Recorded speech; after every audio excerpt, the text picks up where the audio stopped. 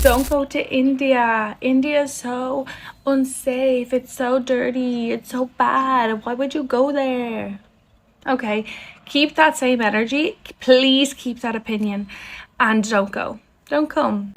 What's up guys, hope you guys are doing super fine because I do. Welcome to my channel. My name is Danny and I'm going to be the host for today. In this video we're going to discuss about an interesting debate where it seems like it's not only like the black or the Latino races that are being stereotyped because of certain things by the host nation. There's also this population of South Asians, mostly Indians, and in today's topic we're gonna see how many people express their opinions towards this type of bias or stereotype where Indians for the longest have been receiving. Let's go.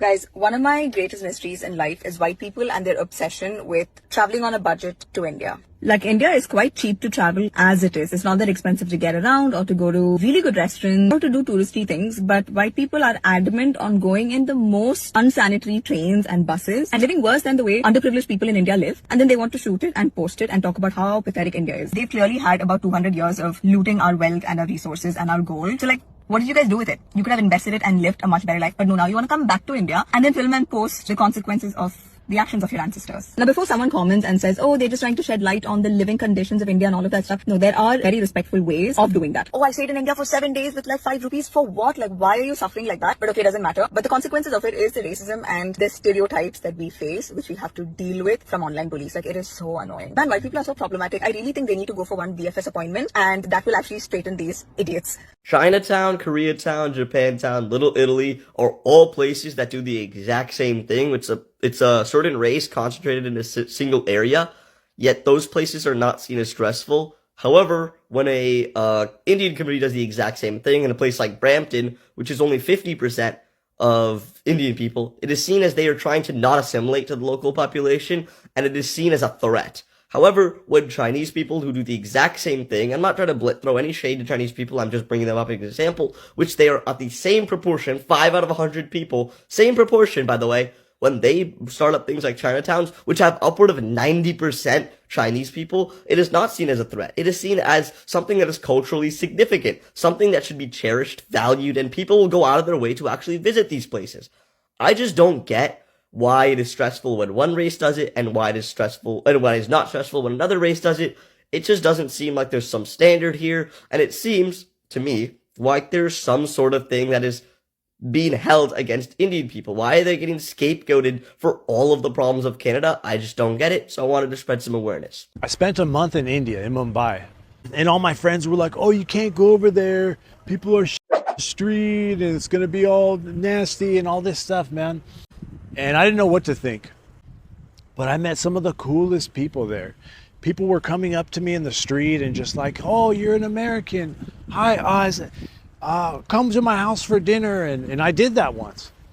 I went to somebody's house, dude, and they like cooked me a full dinner, dessert, everything. And just like welcomed me and my family, man. It really changed my perspective. That's what made me fall in love with traveling, man. Before I was just kind of vacationing places. And after I went to India, I started like traveling and appreciating other cultures.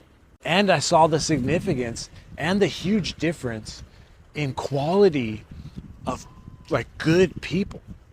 I've never been around so many like good people in my life, man. And for everybody out there who's gonna be like, oh, start talking crap, dude. It's something that unless you experience it, you're never gonna know. You know, and I can tell you this. Mumbai, a little town called Chembur in India, was probably one of the friendliest, best food, coolest places I've ever been, man. I filled up passports completely. I've been all over the world, man. And that's probably my favorite place. Don't go. Because I don't want to ruin a good thing. I low-key don't want to tell people how good it is because I don't want it to be ruined. Like Thailand has been ruined by tourism, by young backpackers going and thinking it's Ibiza. I want people actually to keep this mindset, because everyone who's actually been to India and been around people, locals in India, will know how magical that place is and how kind and friendly it is. India is not much dangerous than Dublin at night. Like, it's literally the same, if not safer, to be honest. Like, as a woman, you should be looking over your shoulder. Anyways, late at night, you shouldn't walk alone anywhere late at night. But this whole thing that India is so dangerous, is obviously it's an Asian country. Like, it's not like Europe, clearly not. But just keep that mindset, because I don't know ruined. I do not want ruined. I want it to be kept a secret. I'm clearly not Indian, I'm black, but I just have to come here and talk about this because it's been grinding my gears for the longest time. Something I've been seeing on my For You page, I don't know why I'm getting these videos, but they've been popping up a lot on my FYP, is white tourists who go to India. They book the flight, they get the flight on time, and they go to India. And once they touch down in India, what they do is they go to the impoverished parts. They go to the parts that don't look the best. They go to the parts that aren't the cleanest, and they start recording. It's mainly POV content. And they're talking to the street food vendors, and they're just being rude, and they're making all these snide remarks of like how nasty everything looks and the smell, and just and no, like everybody's asking me for money, and they just start trashing the country. Like, they trash it badly, and you go to the comments and everyone's like, this is why I would never go there. The reason why I've come here to talk about this is because I genuinely would crash out. Like, if this was my country, I would crash. Why are you going to people's countries as a white tourist to go and look down on the culture, to go and film the worst parts that you can find, and to go and hate on everything that you're seeing? You could have just stayed at home. You could have went somewhere else. You could have gone to a different country. You could have gone to a different continent. But you chose to go to Asia, and now you're choosing to bash the culture. Not only the culture, but like, you're choosing to show the worst bits. Why don't you go to the nice parts? Why don't you go to the cities, the capital cities? Why don't you show the actual food restaurants if you're complaining about the street vendors? Like, these people have nothing good to say. And it's just really annoying. And it's actually very bad mind of them to book flights. And this is just their main goal, is to just spread the Indian hate propaganda, the India hate propaganda. Like, this is really nasty. And I just can't believe that this is happening in 2025. Like, are we being serious right now? Guys, just from listening to those opinions, it is indeed a loaded and emotionally charged observation. Well, honestly, these discussions about racism across cultures are never that simple, but the complexity makes them worth exploring. And so today, that is our task. We're just gonna look at a few lenses to help us make sense of these dynamics. First point I'm gonna have to look at is the cultural bias and media influence. There's been easily a huge amount of stereotypes in travel, where the US media has historically portrayed India in reductive ways, that being poverty, chaos, exoticism, often neglecting its depth and modernity. These depictions seep into public consciousness and shape expectations. The othering through unfamiliarity. For many Americans who haven't visited India, the country may feel distant and unknowable, making it easier to dehumanize or caricature it. There's also the issue of tourist behavior and power dynamics. There are those tourists who visit India and become so entitled abroad. Some tourists unconsciously carry a mindset of superiority when traveling, particularly from historically dominant cultures. This can show up in disrespectful behavior, such as mocking accent or ignoring local norms. Tourists have expectations, which is actually a mismatch when they reach there. Visitors sometimes feel disoriented or uncomfortable in India's dense, vibrant environments, and rather than adapting, they respond with judgment or withdrawal.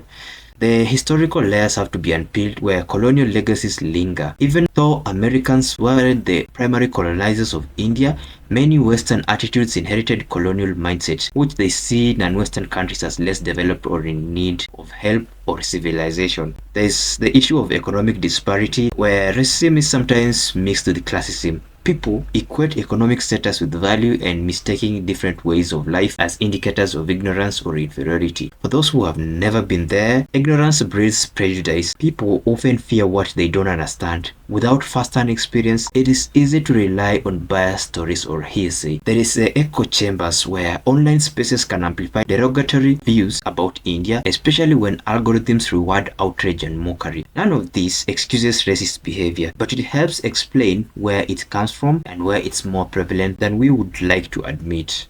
There are two forms of racism that are widely accepted among multiple races, not just white people. And number one is Indians. I'm talking about Indians from India. The racism about their looks and about how they smell and about their country is insane. When Indians come to immigrate to America, they love this country. They work hard. They always become the smartest kids in the class. And they go on to take on some of the toughest jobs, including scientists, engineers, doctors. They're extremely successful. The second form of racism that is widely accepted is Jewish racism. I wear a Jewish star, a Star of David, and you wouldn't believe the amount of comments that go, "Oh, the necklace is all I needed to know," inferring that because I'm Jewish, which I'm not Jewish, but they think I'm Jewish because I'm wearing the Star of David. They are inferring that, oh, she's Jewish, that's what's wrong with her. I watched a video of a woman who was not white talk about how there was a reason that 6 million Jews, it was their fault. She said that Hitler saw what the Jewish people were doing, and he was ahead of his time. He knew that something was wrong with the Jews and he needed to accept them. And everyone in the room goes, And on these videos, I see hundreds of comments of people going, yup, this is right, agreeing with this, agreeing that 6 million Jews being, there was a reason for that. Imagine if someone had told her that black people deserve to be in slavery because the white people saw what they were doing in Africa, so they needed to enslave them. Imagine if those words would have come out of somebody's mouth. The backlash, the social justice warriors would have come out from everywhere. Which, to clarify, slavery is never okay. What happened to black people with slavery was horrid. But for some reason, when it's Jews being genocided, and we're saying, oh, that was fine. Barely a peep from anyone. This is a very, very scary time. Hi guys. So I made a video, I think it was like 3 months ago, and I talked about how Indian people are inherently racist and I still get comments from Indian people largely vilifying me and just getting so angry and trying to like beef with me about it, arguing and bringing up all sorts of quite irrelevant issues, and even saying, well, I don't do this and I'm not like that and blah blah blah blah blah. So here's the deal, okay, you guys. Indian people, by and large, tend to be racist as it is baked into our culture, our religion, our everything, okay? Every single day I get news stories because I'm plugged into this. I keep abreast of, to some degree, I mean, I can't follow everything, but to some degree I keep abreast of what's going on in India with Indian women and girls especially. So every day there's some new story of a Dalit girl or woman, and Dalit is the untouchable class, so-called untouchables, I should say.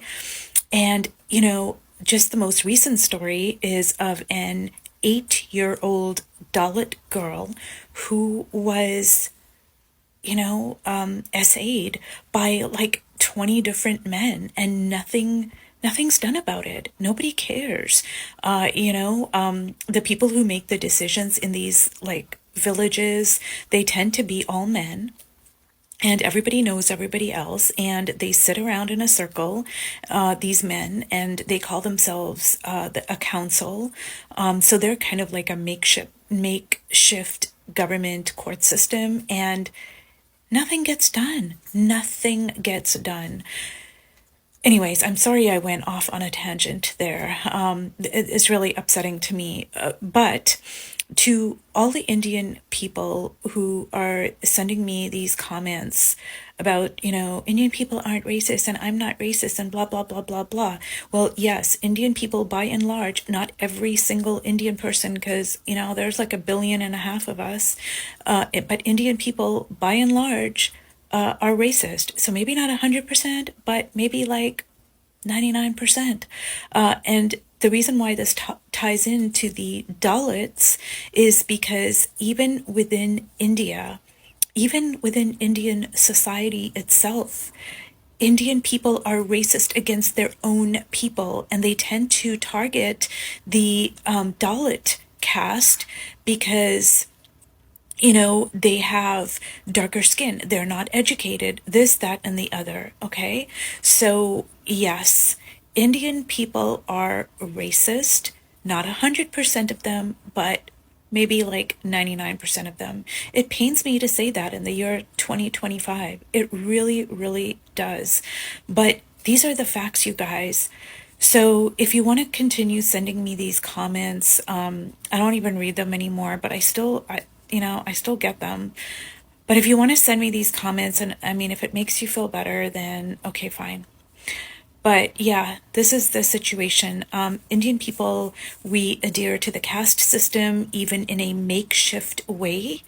And it affects everything from marriages to the opportunities that, you know, people may have. And this is not just in India, this is even in the diaspora. So even in Indian American society, in Indo-Canadian society, and Indian people wherever they go in the world, unless you look at the belief systems that you were downloaded with, you understand those belief systems and you examine them and, you know, rewrite those beliefs. Yeah, those are the beliefs that got passed down to all of us. All of us. It doesn't matter where you were born, unless you look at those beliefs that you were programmed with and you rewrite them, then yeah, that's the situation. Okay, thank you so much. I can guarantee that everybody has seen the abhorrent racism faced by South Asian people online and in real life as a consequence. And what really concerns me is the fact that it is the only form of racism that at least I'm algorithmically exposed to that appears to be completely raw, unfiltered, and unapologetic in every single way. It isn't shrouded by irony, it isn't shrouded by some dog whistle, it isn't a euphemism of any kind. There's no need that people see to reference some made-up statistic, there's no need to intellectualize their bigotry. It is just pure, savage hatred. And the victims of racism of all forms suffer in the same way. What concerns me as somebody that is privileged enough to not face that reality is the way that as a general cultural zeitgeist, we are appearing to put a tier list on how much racism concerns us for different people and how much racism is acceptable depending on who you are, which is in itself enormously racist. And I think that this is so concerning. This isn't the friend that's too woke. This is things like when the India-Pakistan conflict was flaring up, there were thousands and thousands of people in singular comment sections hoping that as many died as possible. And I know we can engage in conversations about rage bait, even though that's absolutely no absolution. But I'm just so curious about how we've managed to reach a stage in society where the way that we talk about South Asian people is at this level, and it goes seemingly completely uncommented upon. And the people that I have seen that seem to show any concern for these problems are almost exclusively the victims. I don't understand how we are putting a hierarchy on the racism that's important to us. I don't understand how people that have historically been victims of abhorrent racism I've seen to be enormous perpetrators of it also. And I don't understand how we are allowing individuals to get away with this. Where are these people? Who are they? Are they afraid to say these things in real life? Am I not in their company? I would certainly hope not.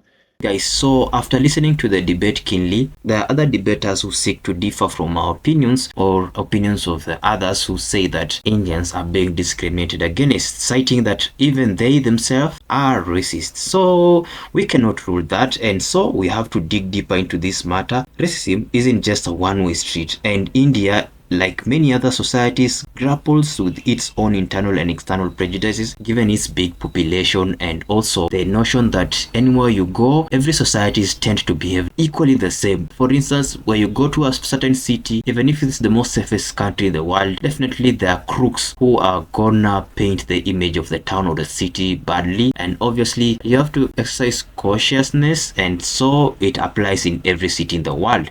Racism in India towards foreigners does exist, and it can affect both black and white Americans, though in very different ways. Towards the black Americans and Africans, colorism is deeply rooted. Fair skin is often idealized, leading to discrimination against darker skinned individuals, including Africans and African American visitors. Stereotyping is very rampant there. Black foreigners are sometimes wrongly associated with crime, drugs, or immoral behavior. There have been documented cases of mob violences, housing discrimination, and also verbal abuse. There's also the issue of media portrayal in India, where films and news often reinforce negative stereotypes portraying black characters as villains or outsiders. You might wonder, why are we bringing black people in this conversation? Well, we are talking about Americans. It's not only white Americans, also black Americans, Latinos, the Asians there. There's a broad context of other races. When they visit India, they're always gonna be termed as Americans, but for blacks, they're obviously gonna stand out. Most of them are gonna be confused to be Africans. Away from that, towards the white Americans, there is reverse admiration. White foreigners often receive preferential treatment, sometimes bordering on fetishization. They are seen as wealthy, educated, desirable, which can be problematic in its own way. This can lead to them being robbed or being manipulated, when they're purchasing or bargaining in the streets. Yeah. There's the issue of double standards, where while white tourists may be welcomed with open arms, black tourists may face suspicion or exclusion, even when both are Americans. But solving racism in America or in India or anywhere in the world requires multi-layered action. First of all, we have to have education and awareness, where anti-racism curriculum has to be offered in schools and universities, where it should teach about colonialism, global racism, and India's own biases. Media reforms should also be done and encourage diverse and respectful representation of all races in Bollywood, Hollywood, advertising, and journalism. There's the issue of policy and legal action, where stronger anti-discriminatory laws should be enforced, and penalties for racial abuse, housing discrimination, and hate crimes should also be put in force. There's also the issue of police sensitization. The law enforcement should be trained to handle racial incidences with empathy and fairness. Number 3 should be about community engagement, where intercultural events should promote dialogue between locals and foreigners through festivals, workshops, and student exchanges. There's support networks for the community engagement. Support networks should empower Africans, whites, and black communities in India and America with legal aid, housing, and support, and also visibility. The issue of global solidarity should also be linked to movements, where it connects India's caste and colorism struggles with global anti-racism efforts like Black Lives Matter. There should be a challenge towards hypocrisy, where Indians abroad often face racism, yet some replicate it at home. This contradiction needs to be an open discussion, where both Americans and Indians should accept accountability and responsibility. Racism isn't just about hate, it's about power, ignorance, and fear, but it can be unlearned. America and India have rich history of pluralism and protest, which have been used as tools to reshape and to foster respect among communities in these countries. So it's a wide topic. I have touch on some things. I'm sure there are things that I've left out, and now I'm gonna give this platform to you. The comment section is open. Please don't shy away to share your opinions or thoughts about the subject. It will be really helpful as well. Don't forget to check the original creators. Go onto their TikToks, like, follow them, and for this channel, make sure you smash a huge thumbs up button, consider subscribing, turn on post notification, and with that guys, let me meet you in the next one. Peace out.